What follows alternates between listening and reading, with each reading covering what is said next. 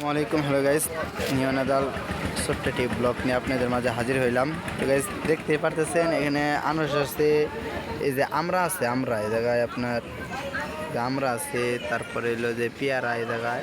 তো সব কিছু মিলায় এখন হলো আঙ্কেল আমার বানাই দিতেছিল পেয়ারা মাখা।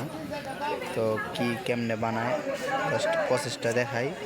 তো টেস্টটা কীরকম এটা আপনাকেও কমেন্ট মানে আমি জানাবো।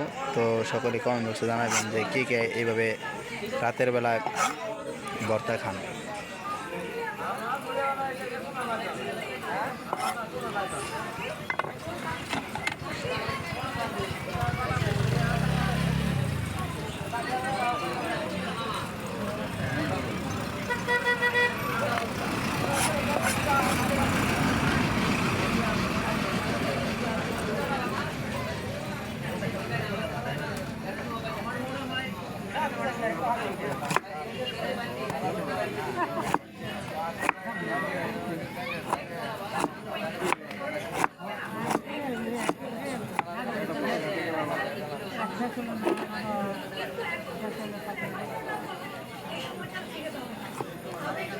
এনে কিন্তু সব কিছু দেওয়া হইতেছে, যেখান দিয়ে দেবো মনে হয় কাঁচামরিচ।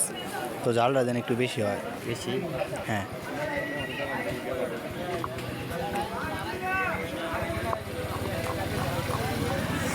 তো কিছুক্ষণ আগে আমি এই আঙ্কেলের কাছ থেকে খেয়ে যাই। তো এক বড় ভাইয়ের আমার আর কি খাওয়ায়, মানে আমি এত ভাল লাগছে, আমার এখনও জিরোর মধ্যে বইরে রয়েছে। মূল কথা হলো যে আমার এত ভালো লাগছে, আমি ভাত খাবার না খাইয়ে আমি চলে আসলাম এর এই ভর্তা খাবার। হয়তো ওই দিন এরকম হতে পারে যে আমার মন মেজাজ মনে হয় ভালো ছিল না, তা না হলে এরকম হওয়ার কথা। বিশেষ কারণ কি, তো আমি একটা আপনার কাহিনী কই জায়গায় কাহিনী হয়েছে যে আঙ্কেলের কাছ থেকে আমি মিনিমাম 1 মাস হইব, 1 মাস আগে আসি। তো আমি হঠাৎ করে বাজারে আসি, তো অনেক ক্ষুধা লাগে। তো দেখা আমি আর কি বাজারে আসা মনে হয় ওইখানে একটা বিস্কুট লইছি, তো বাকি দেন তারপরে আপনার হয়েছে যে এখানে আসি দিয়ে পেয়ারা মাখা করতেছে, মানে অন্য অন্য ফল ফলান দিয়ে আছে।